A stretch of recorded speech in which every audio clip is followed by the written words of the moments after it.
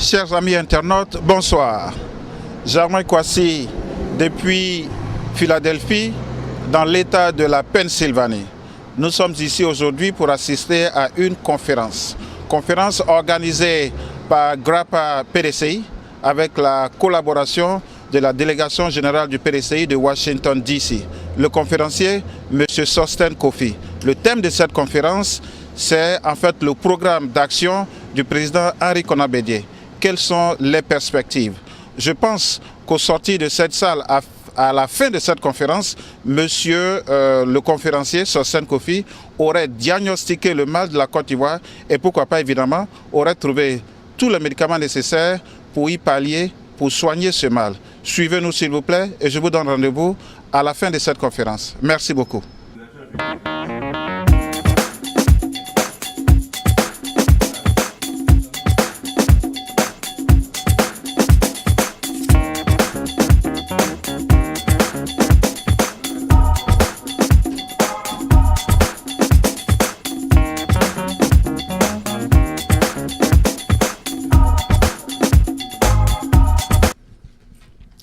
Monsieur le délégué général du PDCI et de la délégation de Washington, D.C., Monsieur le délégué général du RDR aux États-Unis, Monsieur le délégué de GRAPA PDCI de New York et de Maryland, Madame la présidente de l'UFPDCI de Philadelphie, Monsieur le responsable de la JPDCI de Philadelphia, chers militants, militantes et sympathisants et sympathisantes, au nom du comité de base de Philadelphie, je vous remercie pour votre déplacement à cet après-midi à International House de Philadelphie au lancement du caravane du président Bédié, candidat du PDCI RDA, dans le cadre de la campagne présidentielle du 31 octobre 2010.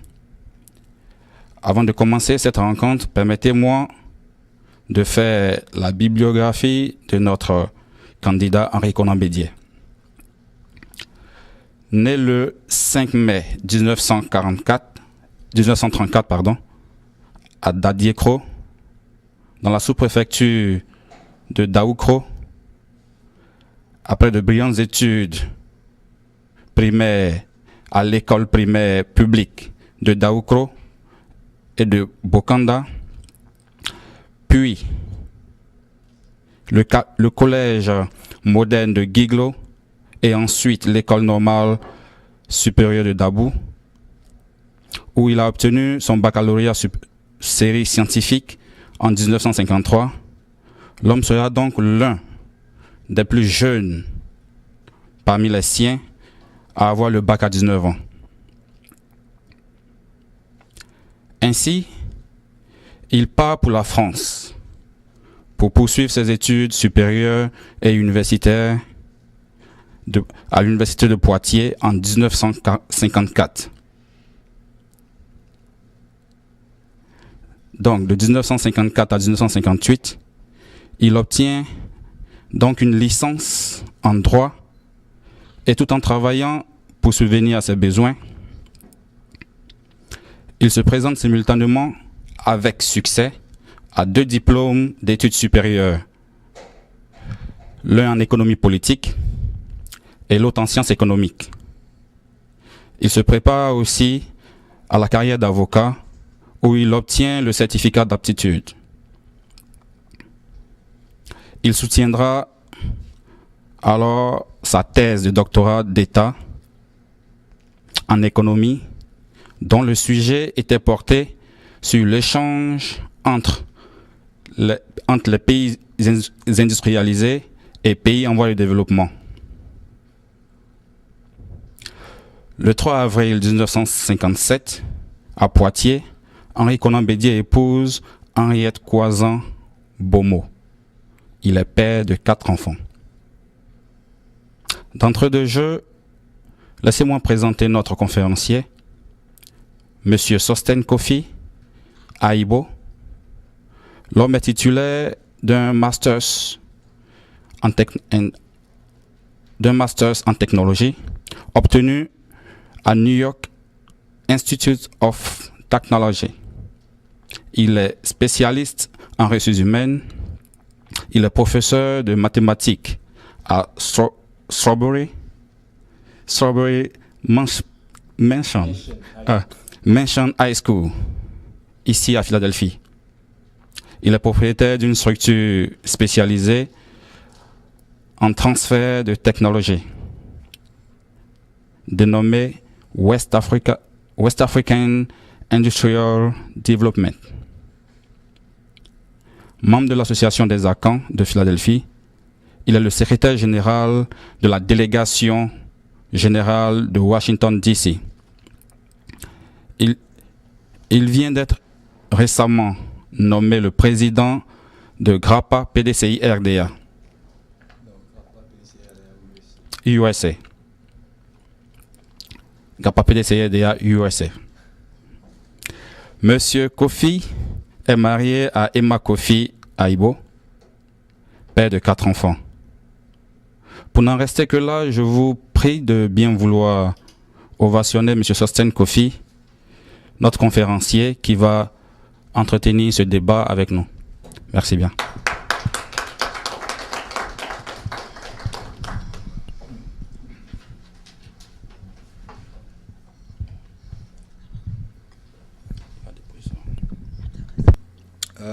J'aimerais d'abord finir un peu ce que le jeune frère Richard a commencé. Nous avons le chef des ACAN qui est présent avec nous aujourd'hui et il a omis de le mentionner. Nana Akwaba, comme on dit. Merci d'être venu. Cette conférence se veut vraiment une conférence simple, sans protocole, parce que nous sommes dans le move, nous sommes dans l'action du porte-à-porte, l'action de la campagne qui nous demande de nous rapprocher de nos militants et surtout des autres militants. C'est dans ce cadre-là que nous avons organisé cette conférence-là pour d'abord présenter le programme de gouvernement du président Bédié, qui est le candidat du PDCI RDA.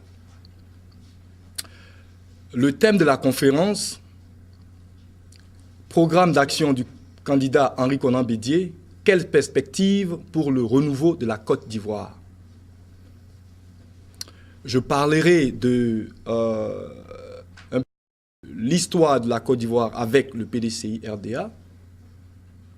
Je parlerai du présent et du futur de notre Côte d'Ivoire.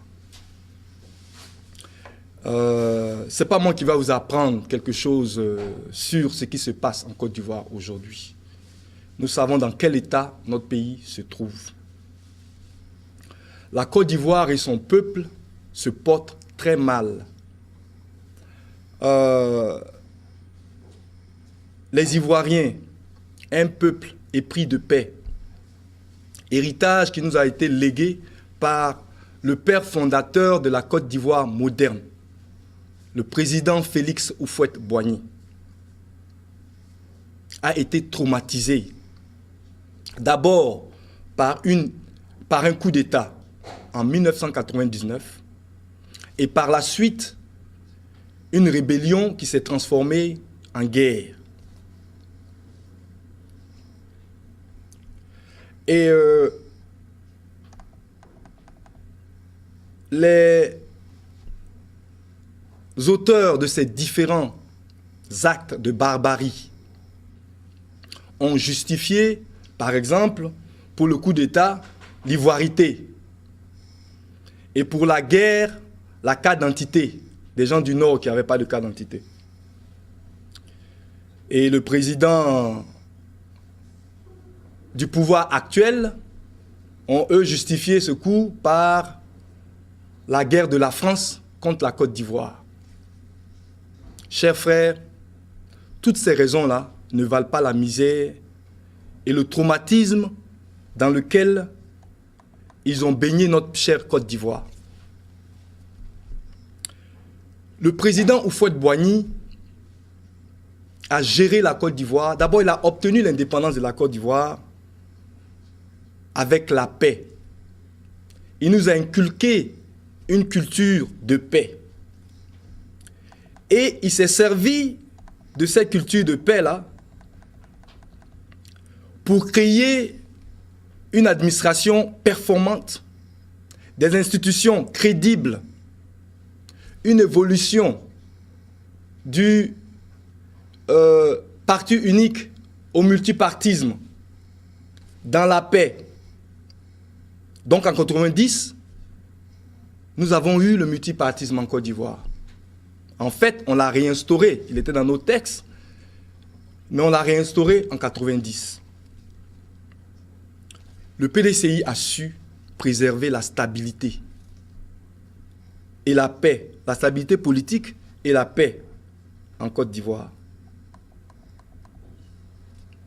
En dépit de plusieurs tentatives de déstabilisation. Ne pensez pas que Houphouët-Boigny a eu un règne aussi facile qu'on le pensait. C'est vrai que vers la fin, au milieu, il a eu l'emprise sur son peuple. Mais lui aussi, il a été victime de plusieurs petits coups de déstabilisation. Mais il a su les gérer. Et c'est ça, les valeurs d'un leader. Il a su les gérer. Donc, dans la paix, il a permis aux Ivoiriens et à des millions d'étrangers d'exercer leurs droits politiques, économiques et sociaux. À une période où la tendance en Afrique, c'est-à-dire tout juste après les indépendances, la mode, c'était le socialisme. Les Blancs ont fait ça, le socialisme partout. Je vous donne un pays, de la Guinée par exemple. Sékou Touré, lui, c'est socialiste. Kwame Nkrumah, socialiste. Houphouët-Boigny, judicieusement et courageusement, parce que, comme je le disais, c'était une période où c'était le socialisme. Il a choisi le libéralisme. Une société démocrate, libérale, sur le plan politique, sur le plan économique, le libéralisme économique, il a choisi.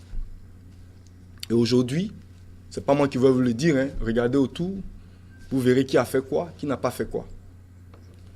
Donc, Houphouët-Boigny, comme je le disais, a eu le courage de choisir ce projet de société-là, le libéralisme. Et les résultats de ce choix du libéralisme étaient visibles jusqu'au coup d'État de 1999.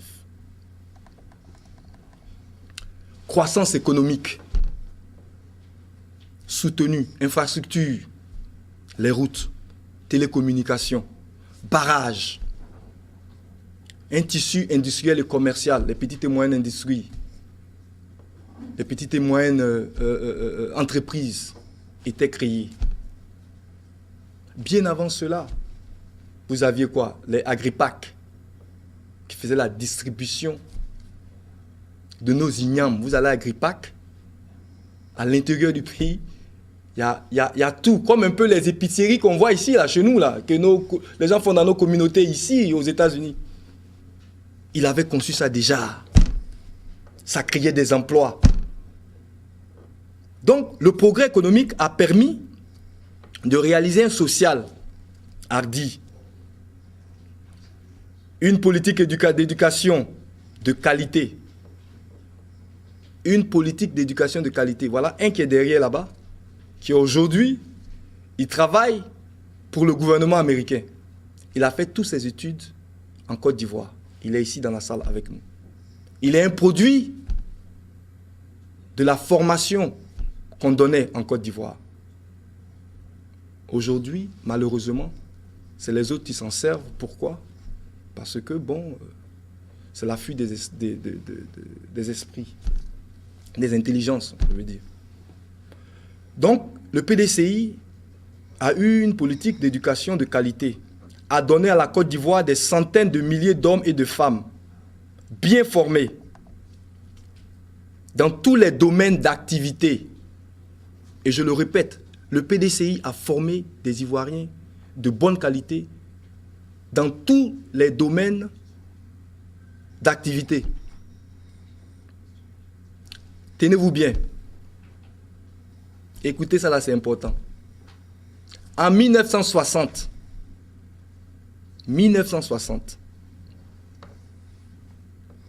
le taux de scolarisation en Côte d'Ivoire était 10% de la population. 10.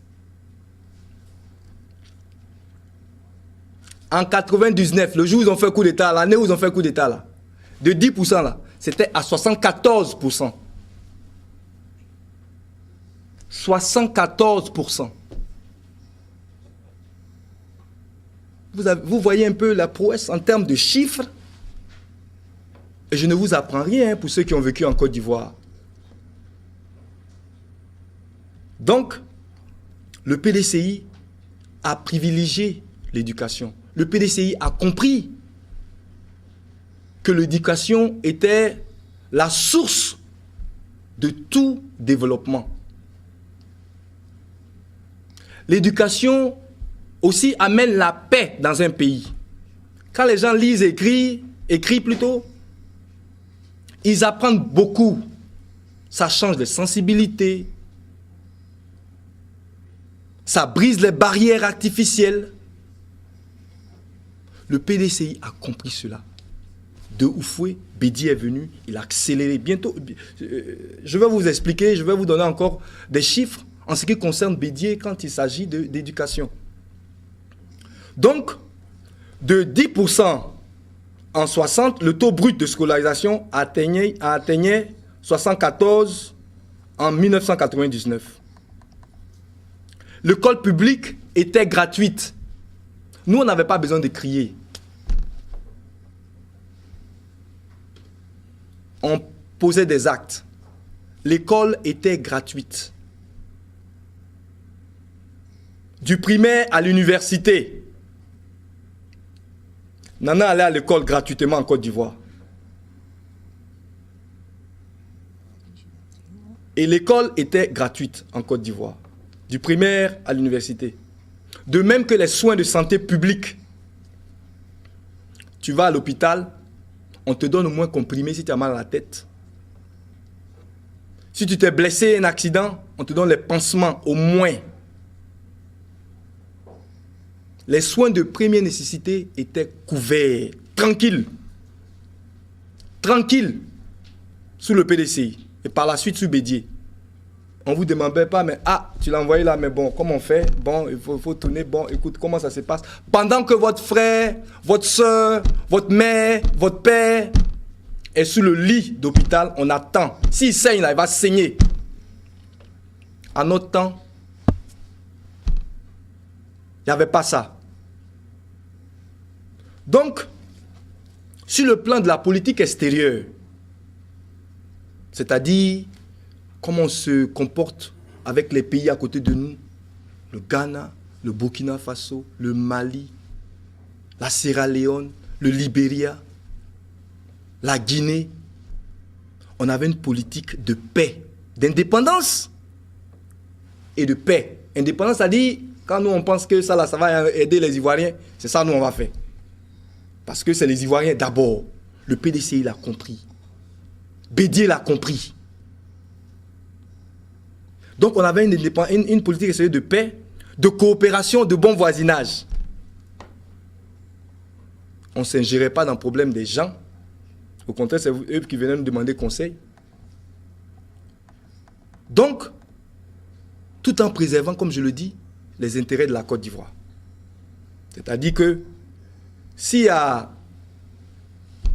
comment on dit ça là, tornade, et puis ça a inondé un quartier, nos gens sont en train de mourir.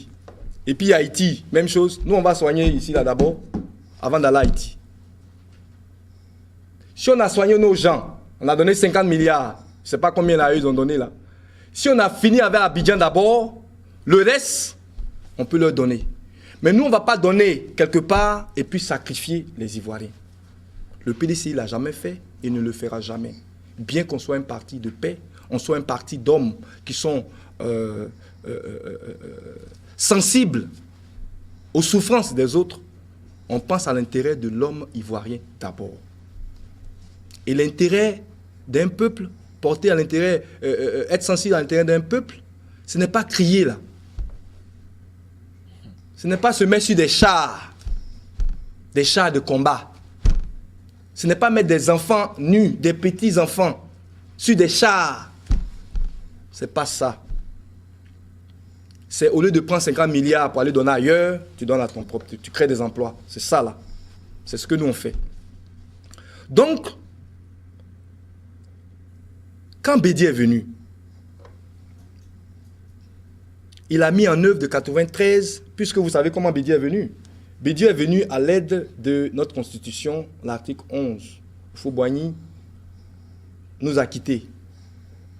Donc, il a pris à l'aide de notre constitution. Ce n'est pas une affaire de dauphin, préparer tout ça comme des gens veulent faire croire aux gens. Un pays sérieux et organisé. On n'attend pas qu'il y ait un cafouillage, il y ait une disparition, et puis on saute pour faire les... Nous, ce n'est pas comme ça que le PDCI a construit, que le PDCI voit la Côte d'Ivoire. Nos tests étaient prêts, on savait qui allait venir. Que ça plaise aux gens ou pas, c'est les tests. Donc, en 93, Bédié est venu. Il a mis en œuvre de 93 à 99. Parce que ce n'était pas son mandat, il finissait le mandat du président Félix Houphouët-Boigny. Non, de 93 à 95 plutôt, excusez-moi. 93 à 95. Mais en fait, il a mis en œuvre un programme de 93 à 99. 95 d'abord, et puis après, il a renouvelé 99. Vous savez que prendre la relève, diriger la Côte d'Ivoire après Houphouët-Boigny, ce n'est pas facile. Ce n'était pas facile et ce n'est pas facile.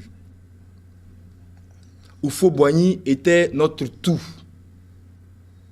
Pour certains, c'était un dieu. Pour d'autres, c'était un messie.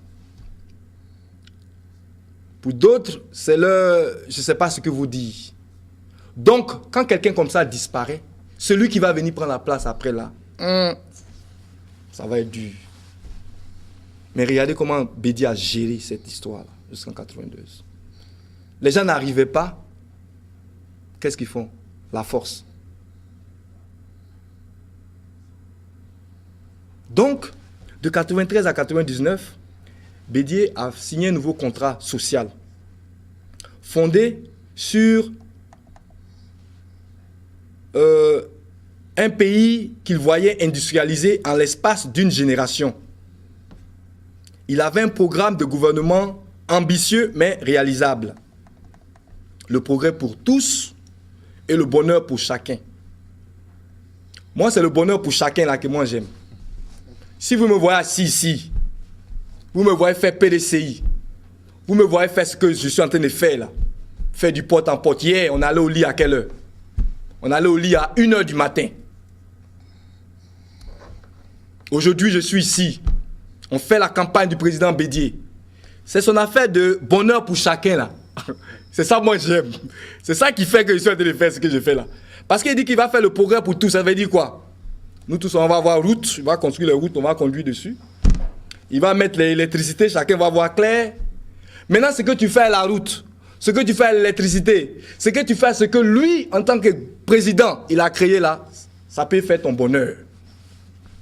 Si l'électricité est en Côte d'Ivoire, est moins chère, moi en Kofi, je peux aller me monter mon dry cleaner, tranquille. Vous comprenez ce que je dis?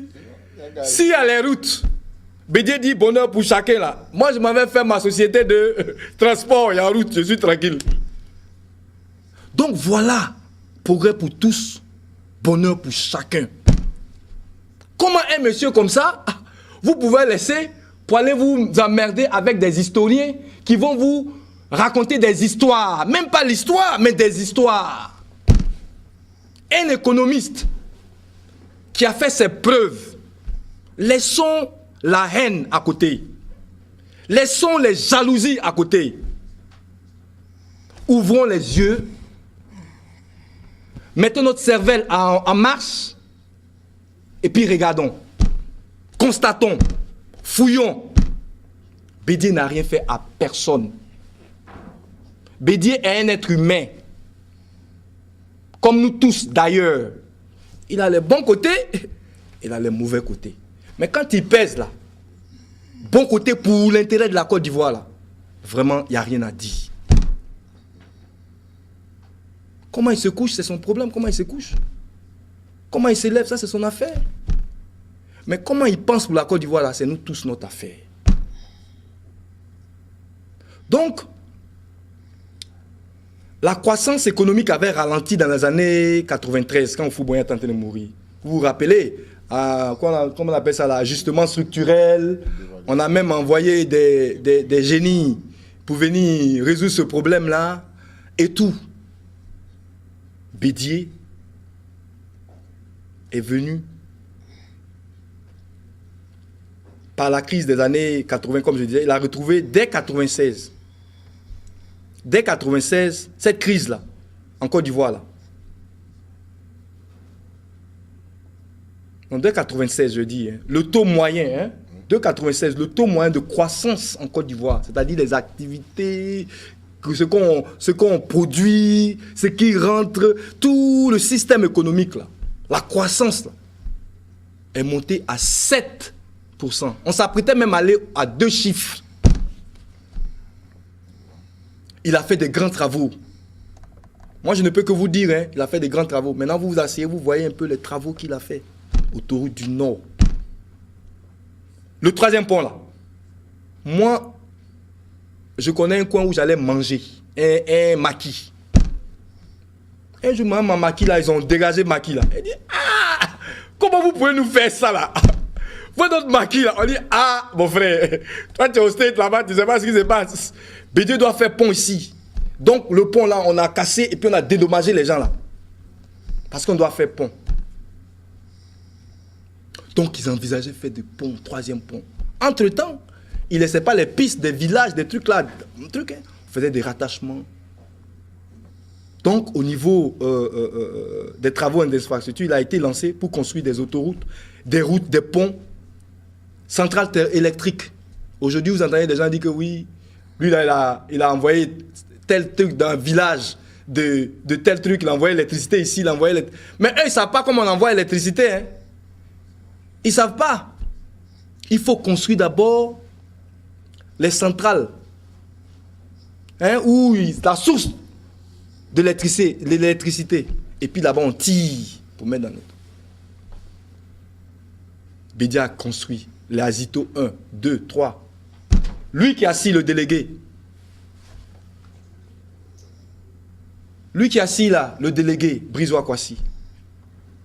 Il a travaillé au barrage de Bio. En tant qu'ingénieur, jeune ingénieur. C'était des petits, ils ne savaient même pas ce qu'il fallait l'argent. Donc, c'est des exemples palpables qu'on touche, ça et là. On n'a pas inventé. Sur le plan des logements sociaux, c'est-à-dire logements où nos parents, même ceux qui sont au village, dans certains coins, dans certaines parties de la Côte d'Ivoire, peuvent avoir accès. Il en a construit. Les centres culturels. Est-ce qu'on lui a ouvert la porte? Il faut lui ouvrir la porte là-bas, s'il vous plaît. C'est le responsable du RDA. Donc, même sur le plan de la santé, non, c'est pas santé là. C'est ainsi que dans le domaine de la santé aussi, on a construit plus de 220 dispensaires ruraux, plus de 190 maternités rurales. Aujourd'hui, vous entendez des gens dire qu'ils vont faire quoi là? Assurance maladie universelle en Côte d'Ivoire. Mais les gars, entre nous sérieux. Sérieusement. Pas là l'hôpital là. Donc on va s'envoler pour arriver là-bas. D'abord, il faut qu'il y ait les hôpitaux. Il faut qu'on puisse arriver dans ces hôpitaux-là. Vous avez beau dire à quelqu'un que l'hôpital est gratuit. Il faut qu'il s'y rende. Aujourd'hui, quand il pleut, les maisons tombent. Nous, on n'a pas dit qu'on va faire ça. Tout ce qu'on a fait, on a construit des hôpitaux. On a construit des maternités. Dans le domaine de l'éducation, je vous ai mentionné un peu ce que le PDCI a fait. Quand Bédié est venu, 1000 nouvelles classes ont été construites. 1000 classes réhabilitées. On ne fait pas ce que moi je vois aujourd'hui là. Vous allez à Amsokro. L'école scientifique, le lycée scientifique est là, c'est en train de tomber. Hein. Et puis tu vas construire quelque chose d'autre à côté. Comment on appelle l'école? L'NSTP est en vrague, en destruction. On va faire d'autres choses à côté. Non.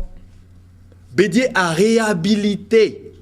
C'est-à-dire, ce qui était là, il a arrangé et puis il a construit d'autres à côté. C'est une affaire de... Tu as 50 milliards, ton peuple est en train de souffrir, tu t'en as donné ailleurs, au lieu de leur donner là. Lui dit non, on va arranger un peu ce qui est là d'abord. D'abord, c'est plus économique, c'est plus rentable. Et puis maintenant, on fait d'autres à côté. 1000 classes réhabilitées pour l'enseignement primaire. De l'enseignement secondaire, 6 collèges ont été réalisés. 30 établissements réhabilités. Au niveau de l'enseignement supérieur, un programme de développement a permis d'accroître les capacités d'accueil pour la construction de plusieurs amphithéâtres et salles de cours et de lancer la décentralisation des universités. L'université de Boaké, Korogo, Daloa ou bien Gaïwa, Daloa. Ça, c'est pas travail?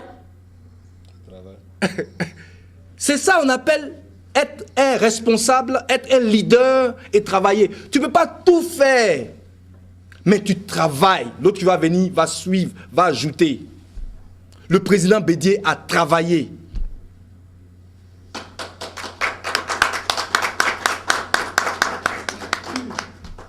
Donc, au niveau de l'enseignement supérieur, un programme de développement a permis d'accroître les capacités d'accueil, comme je l'ai dit. Une attention particulière a été accordée à l'amélioration des conditions de vie des populations rurales. C'est-à-dire nos parents de l'intérieur, là. Notre économie, là, café cacao, là, ça repose sur eux. Tout ce que vous voyez à Abidjan dans les grosses voitures vivent là. Le budget, le salaire, la fonction publique. La Côte d'Ivoire, trop de fonctionnaires aussi. L'argent là, ça vient du café cacao. Bédié dit, ah, on va essayer d'aider ces gens-là, nos parents de l'intérieur. Il a commencé à construire. Quand il fait un logement social à Abidjan, dans les grandes villes, il fait en sorte qu'à l'intérieur, on puisse en faire un peu. Parce que aussi, bon, tu as beau construire villa pour quelqu'un, s'il ne veut pas dormir dedans, qu'il fait sa casse, c'est compliqué. Donc, on faisait ça un peu. Il avait au moins l'amour, Bédié avait l'amour de faire en sorte que nos responsables, nos parents des villages soient proches, que la modernisation, le développement aille vers eux. Donc, la politique de réforme des grandes filières agricoles a relevé sensiblement. Il a une politique agricole qui a mené le niveau de vie un peu de ces parents-là à relever un peu. Par exemple, la vente de leurs récoltes, ils pouvaient vendre un peu à qui ils veulent. Il n'y avait pas trop de mécanismes comme ce que vous voyez là. Ils disent qu'ils ont libéralisé, mais en fait, c'est une boîte à truand sous Bédié. La filière agricole a relevé sensiblement le revenu des paysans et renforcé la capacité d'organisation et de négociation. Hein? C'est-à-dire, tu as ton propre produit, tu vas te négocier. On a fait en sorte, légalement, que tu puisses discuter de ton produit avec les gens. Pas Libanais, non, je suis désolé, pas quelqu'un qui va... qui va venir vous voir les bons trucs là, n'importe comment, non. Tu vois, non. Comme ce que vous voyez là, les gens détournent et ils mangent avec eux, comme on dit chez moi, chez nous en Côte d'Ivoire. Et puis après, comme ils ne font plus leur affaire, on les prend, on va les cacher dans un coin qu'on appelle prison. Ils ont climatisé tout. On dit, mon gars, calme-toi ici. On va régler ça après. On vient acheter des usines fatiguées à New York ici, qui ne sont pas opérationnelles. Des usines abandonnées que vous pouvez quitter cette salle et puis aller voir. On aurait pu construire une usine en Côte d'Ivoire. Même pouvoir construire ça à Maman. À Maman, tranquille, à Gaïwa, usine de trucs. Nos frères ivoiriens allaient travailler là-bas. Il est venu acheter ça à New York ici. Et moi, je suis allé voir. C'est dans la brousse. Il n'y a rien là-bas. C'est une ancienne usine de Nestlé. Dans un village, upstate New York. On prend l'argent des contribuables ivoiriens pour venir jeter ça ici, pendant que les gens sont dans la misère là-bas. Nous, on n'a pas fait. Effectivement, sur le plan économique, on peut penser qu'il y a des avantages quelque part, puisque les Américains consomment du café et tout ça, tous ces blabla. Mais écoutez, vous asseyez, vous réfléchissez bien. Vous ne venez pas acheter des trucs pourris ici. C'est pour acheter des trucs pourris ici. Mais construisez chez nous là-bas à Gaïwa. Allez faire ça à Gaïwa.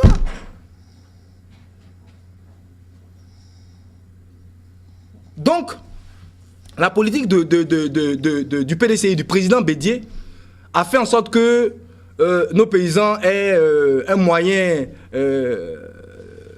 rémunéré, c'est-à-dire leur retour au niveau des revenus de leurs produits.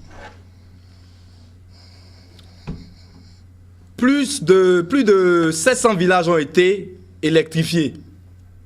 700. 1394 forages. 14 000 points d'eau. Pompe là. Tu vas comme ça là. Et puis tu as de l'eau clean. Non, franchement. C'est vrai qu'on est en campagne, mais campagne là aussi, tu ne vas pas mentir. Nous, on dit ce qui est là. C'est vu, c'est sur papier, c'est vu. 14 000 points d'eau, mes frères. Ça là, ça fait que vos parents qui sont là-bas, en Côte d'Ivoire, boivent de l'eau propre. Et puis, ça vous permet de ne pas faire trop de Western Union. Et puis de, comment on appelle ça? MoneyGram. Parce que quand ils sont malades là, après avoir bu ces eaux là, c'est vous ils appellent. Ne mettez pas quelqu'un comme ça au pouvoir encore. Vous allez enrichir le responsable de Western Union. Il va devenir milliardaire sur votre dos. Quand le président Bédié était au pouvoir, je défie qui veut dans ce truc. On va essayer de voir au niveau de pourcentage, c'est-à-dire sur le plan pourcentage. Est-ce que de 93 à 1999, ce qu'on appelle la diaspora là, c'est-à-dire nous là, on est à l'extérieur, on dit on est forcément diaspora. Bon, on est diaspora là. Moi je préfère la communauté ivoirienne de l'extérieur parce que la diaspora c'est un gros mot, il y a plein de choses qui sont impliquées, mais on aime utiliser. Si de 93 à 99, les Ivoiriens envoyaient le flux de Western Union sur la Côte d'Ivoire était plus que maintenant. Je ne sais pas si je me fais comprendre. Maintenant, c'est incroyable. 1, 2, 3, 1, 2, 3, au téléphone. C'est tout justement parce que aujourd'hui, nos parents boivent de l'eau polluée au sens extrême du terme. C'est-à-dire vraiment polluée.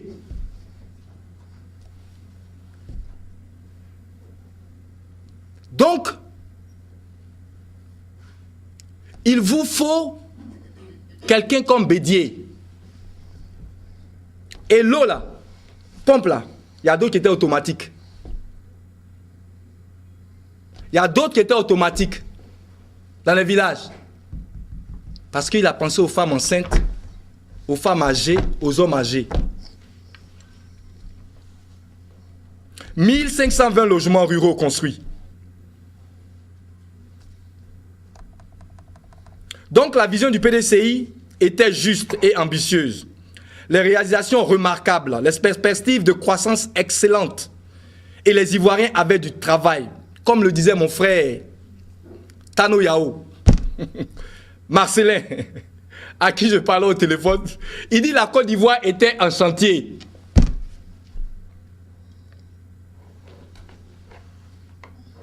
C'est vrai qu'on avait des dettes. J'entends des pseudo-économistes là qui disent du n'importe quoi. Mais dette là, est-ce qu'on donne l'argent à quelqu'un qui n'a pas l'argent? Est-ce qu'on donne l'argent à un pays qui n'est pas sauvable? Moi je ne suis pas économiste, hein, mais ma petite lecture. Et même, quand tu es endetté là, si tu es important là, on t'aide à ce que tu sortes de la dette. Parce que si tu n'es pas important là, si on ne te sort pas de la dette, on ne t'aide pas à sortir de la dette, c'est chaos. On a vécu ça ici aux États-Unis avec les réformes de Obama, qu'on a pensé que c'était du socialisme. Non, c'est le mécanisme économique, c'est les jeux. Oui, les États-Unis sont fait socialistes. No, man, we no socialiste ici. No way. C'est le mécanisme. La preuve. Ford a remboursé son argent à l'État. Donc, mais Bédié au moins, il n'acceptait pas l'argent de la Banque mondiale pour enlever les déchets de la ville d'Abidjan. Il prenait l'argent de la Banque mondiale pour construire les hôpitaux. Voilà des gens qui ont un prêt de la Banque mondiale pour balayer la rue d'Abidjan. Where are we going? Et vous avez des gens qui défendent ce genre de choses. Mais les Ivoiriens, on marche sur la tête maintenant ou bien... Moi, quand j'allais au village, en vacances, Noël, Pâques, grandes vacances, nos villages étaient propres. Nos grandes mamans se levaient, balayaient le coin tranquille, même à Abidjan. L'Ivoirien n'est pas sale. L'Ivoirien n'est pas paresseux.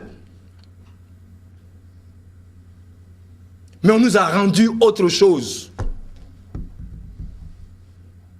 Comme on dit, quand la tête est pourrie, tout le reste suit.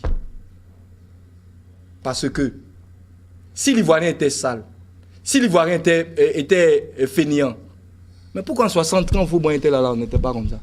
C'est le même Ivoirien là. C'est le leader, c'est le président qui incarne un comportement. Donc Bédié est l'homme qu'il faut. N'allez pas voter une autre personne. Et puis, ne vous laissez pas intimider par les injures, tout ce que les gens disent là. C'est du n'importe quoi.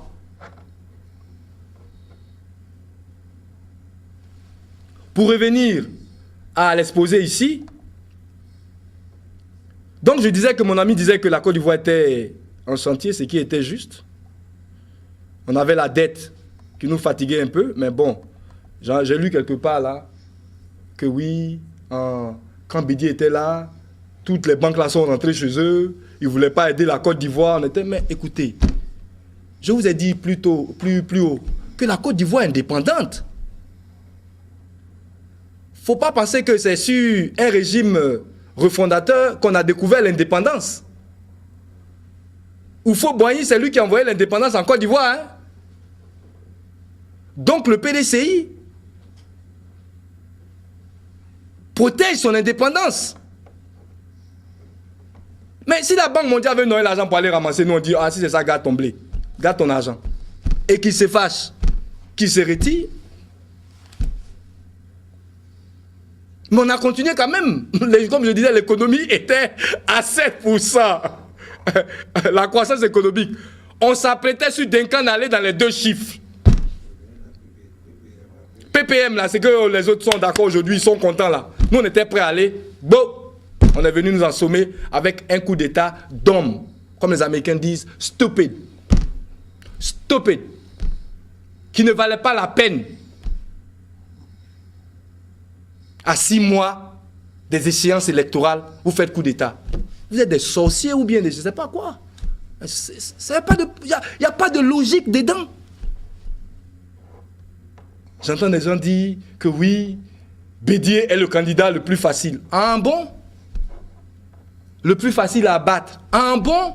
Mais tu as dit ça en état. Fallait dire ça depuis avant le coup d'état là, tes amis là, ceux qui disent que coup d'état c'est quoi là? Ça fait avancer la démocratie là. Peut-être qu'on ne serait pas dans le coup d'état aujourd'hui. On ne serait pas où on est aujourd'hui. Vous seriez allé aux élections et puis vous allez vous rendre compte qui est faible.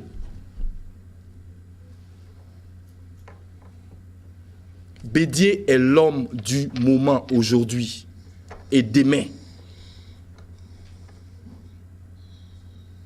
On me parle de l'âge. On me parle de l'âge. Je me croirais dans un contexte politique aux États-Unis, en France ou bien quelque part, même ça même. Des Africains qui se soucient de l'âge d'un candidat. Des Africains. Mais pour nous, l'homme âgé, c'est un tout. On dit que même c'est des bibliothèques ambulantes.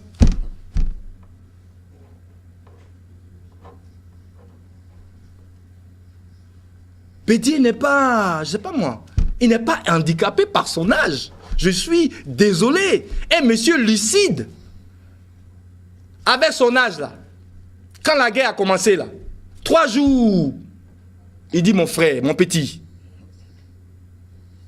va faire la paix avec les gens là, va négocier. Hein? Avec son âge, hein, va négocier. Il dit non, il joue le jeu. Et puis 5 ans après, il s'en va négocier. Bédié a rajeuni 5 ans après. Mais nous, au PDCI, on l'a choisi. Pas à cause de son âge, bien que ce soit un atout. C'est parce qu'on sait que c'est l'homme, en tous les candidats, les 14 candidats, qui a plus d'expérience. C'est lui qui a plus souffert que quiconque entre les 14. On a fait un coup d'état brutal. Pistolet à la tempe. Il n'a qu'à quitter dans les 24 heures. Sinon, on le bousille physiquement.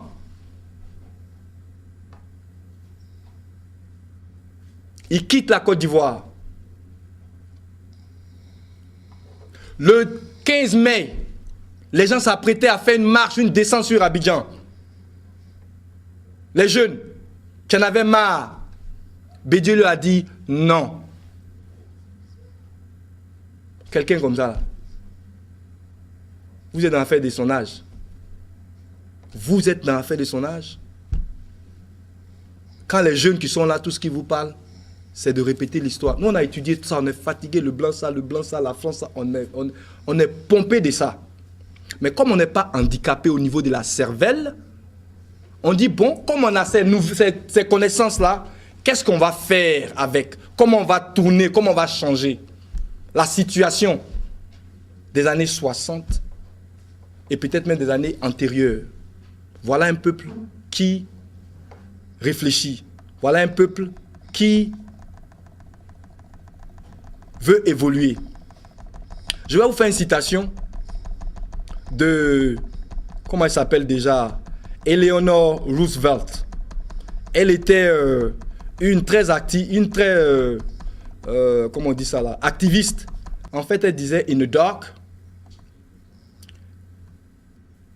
instead of cursing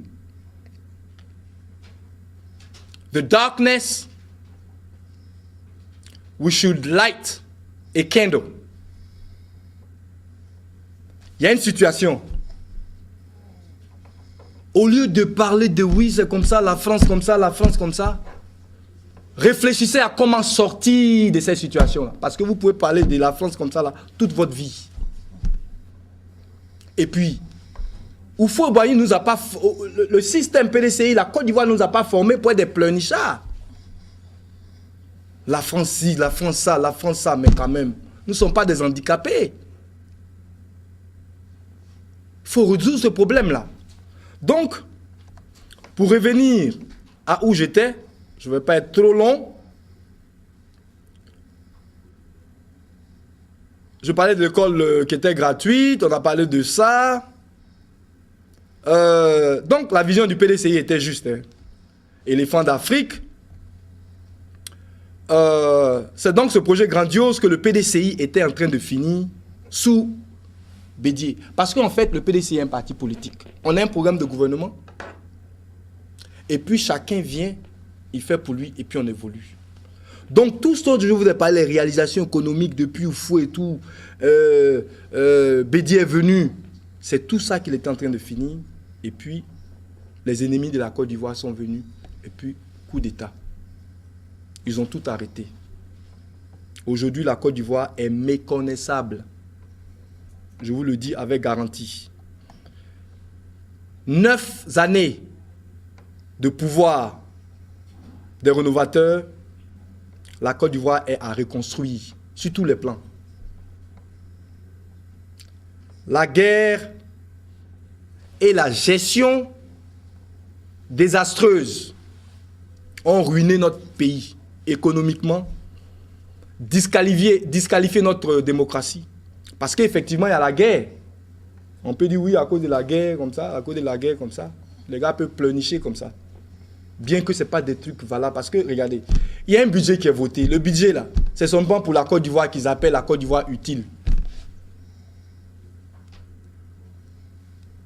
Avec ça, la Côte d'Ivoire utile, je crois que c'est 40%. Hein, la Côte d'Ivoire utile, là.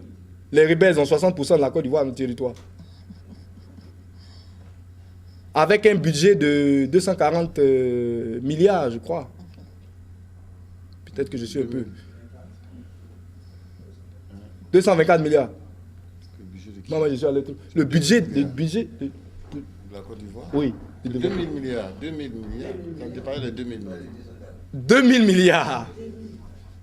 Pour 40% du territoire ivoirien.